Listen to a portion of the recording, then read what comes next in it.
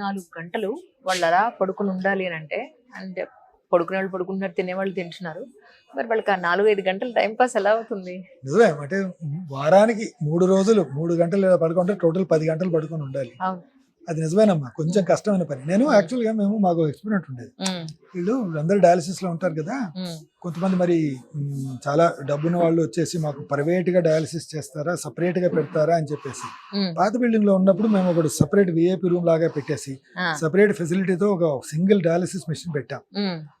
అందరూ వచ్చారు, 2-3 రోజులు అక్కడ చేయించుకొని వద్దండి మేము అందరితో కలిపే చేయించుకుంటాం. ఒంటరిగా ఉండలేదు. ఒంటరిగా ఉండలేదు.